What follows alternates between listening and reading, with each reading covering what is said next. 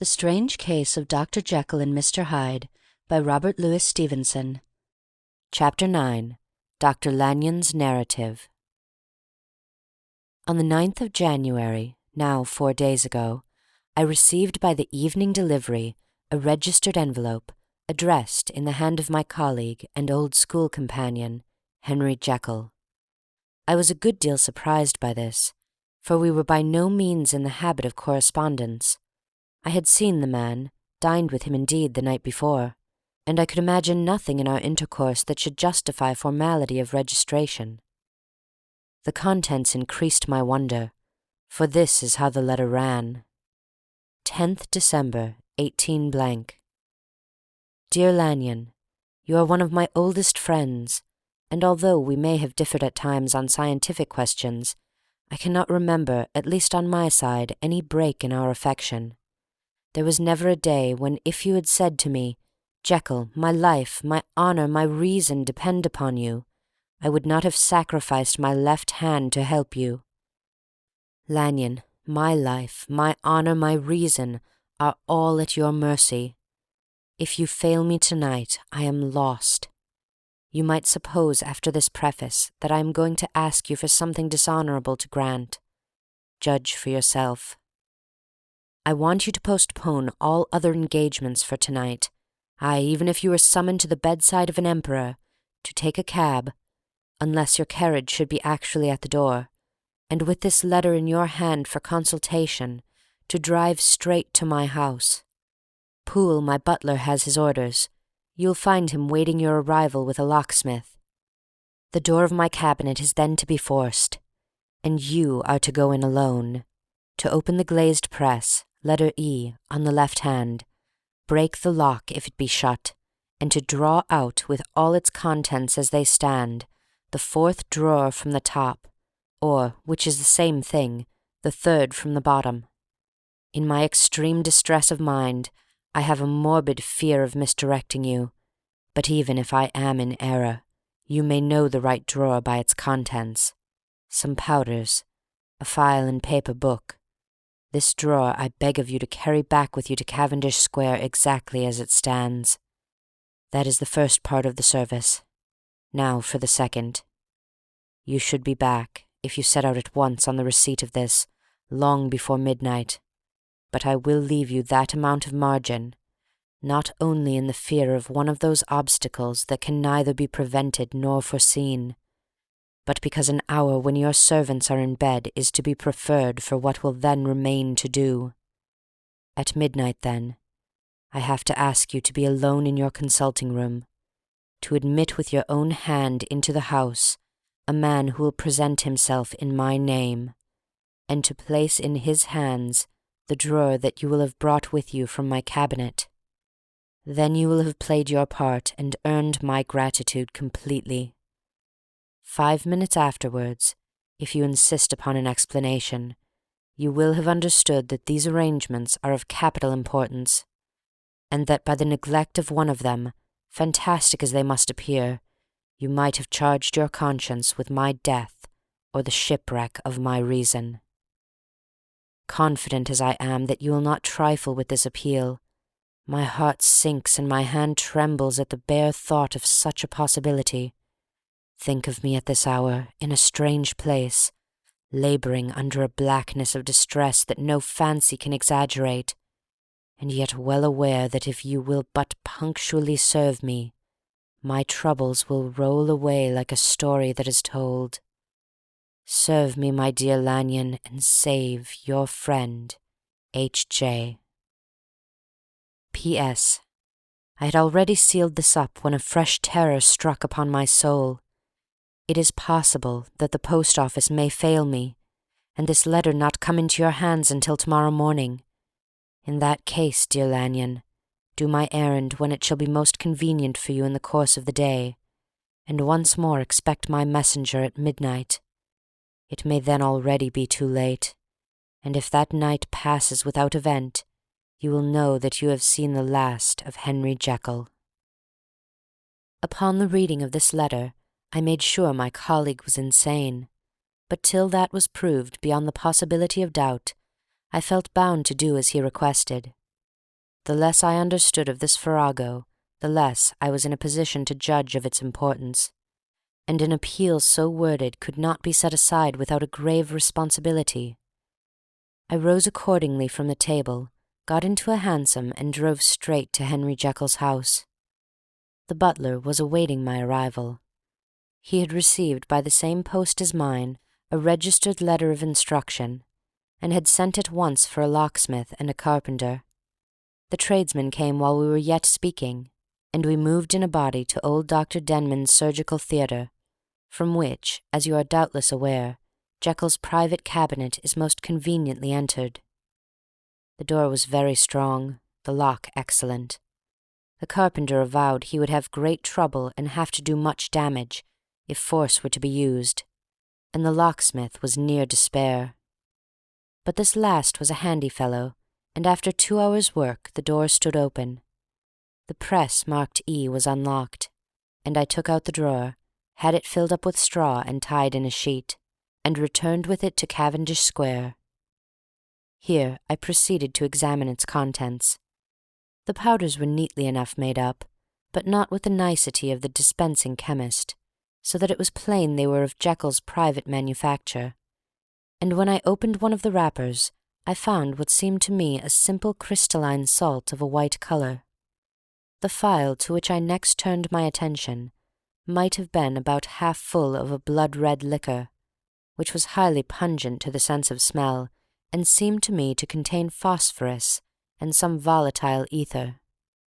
At the other ingredients I could make no guess. The book was an ordinary version book, and contained little but a series of dates. These covered a period of many years, but I observed that the entries ceased nearly a year ago and quite abruptly. Here and there a brief remark was appended to a date, usually no more than a single word, double, occurring perhaps 6 times in a total of several hundred entries, and once very early in the list, and followed by several marks of exclamation, total failure. All this, though it whetted my curiosity, told me little that was definite. Here were a phial of some salt, and the record of a series of experiments that had led, like too many of Jekyll's investigations, to no end of practical usefulness. How could the presence of these artifacts in my house affect either the honour, the sanity, or the life of my flighty colleague? If his messenger could go to one place, why could he not go to another? And even granting some impediment, why was this gentleman to be received by me in secret? The more I reflected, the more convinced I grew that I was dealing with a case of cerebral disease, and though I dismissed my servants to bed, I loaded an old revolver, that I might be found in some posture of self-defence. 12 o'clock had scarce rung out over London ere the knocker sounded very gently on the door. I went myself at the summons, and found a small man crouching against the pillars of the portico. "Are you from Dr. Jekyll?" I asked. He told me yes by a constrained gesture, and when I had bidden him enter, he did not obey me without a searching backward glance into the darkness of the square.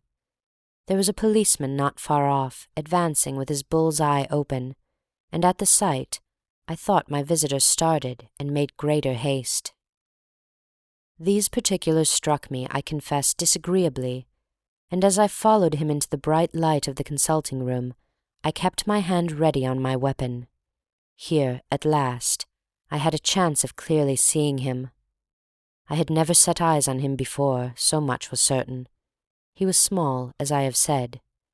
I was struck besides with the shocking expression of his face, with his remarkable combination of great muscular activity and great apparent debility of constitution, and last, but not least, with the odd subjective disturbance caused by his neighbourhood. This bore some resemblance to incipient rigour, and was accompanied by a marked sinking of the pulse. At the time I set it down to some idiosyncratic personal distaste, and merely wondered at the acuteness of the symptoms, but I have since had reason to believe the cause to lie much deeper in the nature of man, and to turn on some nobler hinge than the principle of hatred. This person, who had thus, from the first moment of his entrance, struck in me what I can only describe as a disgustful curiosity, was dressed in a fashion that would have made an ordinary person laughable. His clothes, that is to say, though they were of rich and sober fabric, were enormously too large for him in every measurement, the trousers hanging on his legs and rolled up to keep them from the ground, the waist of the coat below his haunches, and the collar sprawling wide upon his shoulders. Strange to relate, this ludicrous accoutrement was far from moving me to laughter. Rather, as there was something abnormal and misbegotten in the very essence of the creature that now faced me, something seizing, surprising, and revolting, this fresh disparity seemed but to fit in with and to reinforce it, so that to my interest in the man's nature and character there was added a curiosity as to his origin, his life, his fortune and status in the world. These observations, though they have taken so great a space to be set down in, were yet the work of a few seconds. My visitor was, indeed, on fire with sombre excitement. "Have you got it?" he cried. "Have you got it?" And so lively was his impatience that he even laid his hand upon my arm and sought to shake me. I put him back, conscious at his touch of a certain icy pang along my blood. "Come, sir," said I, "you forget that I have not yet the pleasure of your acquaintance. Be seated, if you please." And I showed him an example, and sat down myself in my customary seat, and with as fair an imitation of my ordinary manner to a patient as the lateness of the hour, the nature of my preoccupations, and the horror I had of my visitor would suffer me to muster. "I beg your pardon, Dr. Lanyon," he replied civilly enough. "What you say is very well founded, and my impatience has shown its heels to my politeness. I come here at the insistence of your colleague, Dr. Henry Jekyll, on a piece of business of some moment, and I understood—" He paused and put his hand to his throat, and I could see, in spite of his collected manner, that he was wrestling against the approaches of the hysteria. "I understood a drawer—" But here I took pity on my visitor's suspense, and some perhaps on my own growing curiosity. "There it is, sir," I said, pointing to the drawer, where it lay on the floor behind a table and still covered with the sheet. He sprang to it, and then paused, and laid his hand upon his heart. I could hear his teeth grate with the convulsive action of his jaws, and his face was so ghastly to see that I grew alarmed both for his life and reason. "Compose yourself," said I. He turned a dreadful smile to me, and as if with the decision of despair, plucked away the sheet. At sight of the contents he uttered one loud sob of such immense relief that I sat petrified, and the next moment, in a voice that was already fairly well under control, "Have you a graduated glass?"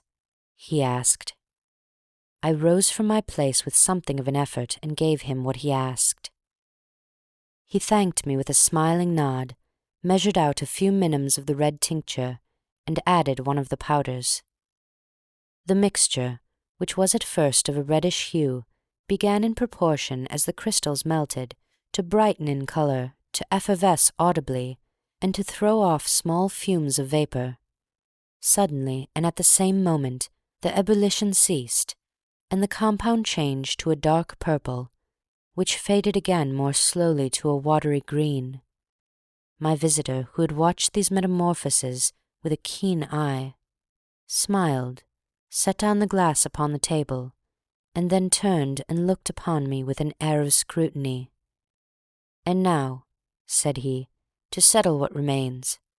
Will you be wise? Will you be guided? Will you suffer me to take this glass in my hand and to go forth from your house without further parley? Or has the greed of curiosity too much command of you? Think before you answer, for it shall be done as you decide. As you decide, you shall be left as you were before, and neither richer nor wiser, unless the sense of service rendered to a man in mortal distress may be counted as a kind of riches of the soul. Or, if you shall so prefer to choose, a new province of knowledge, and new avenues to fame and power shall be laid open to you, here, in this room, upon the instant, and your sight shall be blasted by a prodigy to stagger the unbelief of Satan." "Sir," said I, affecting a coolness that I was far from truly possessing, "you speak enigmas, and you will perhaps not wonder that I hear you with no very strong impression of belief. But I have gone too far in the way of inexplicable services to pause before I see the end." "It is well," replied my visitor. "Lanyon, you remember your vows. What follows is under the seal of our profession. And now, you who have so long been bound to the most narrow and material views, you who have denied the virtue of transcendental medicine, you who have derided your superiors, behold!"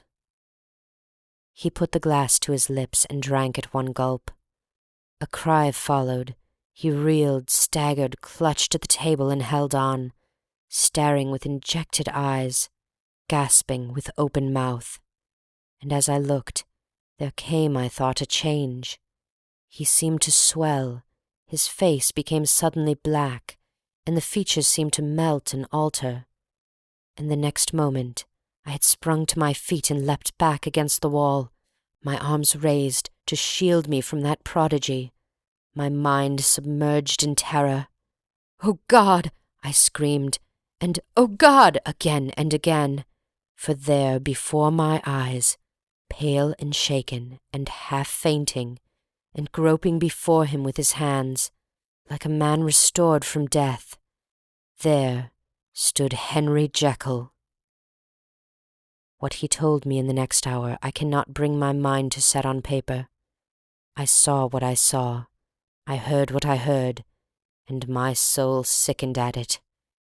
And yet now, when that sight has faded from my eyes, I ask myself if I believe it, and I cannot answer. My life is shaken to its roots. Sleep has left me. The deadliest terror sits by me at all hours of the day and night, and I feel that my days are numbered, and that I must die, and yet I shall die incredulous. As for the moral turpitude that man unveiled to me, even with tears of penitence I cannot, even in memory, dwell on it without a start of horror. I will say but one thing, Utterson, and that, if you can bring your mind to credit it, will be more than enough. The creature who crept into my house that night was, on Jekyll's own confession, known by the name of Hyde, and hunted for in every corner of the land as the murderer of Carew. Hasty Lanyon.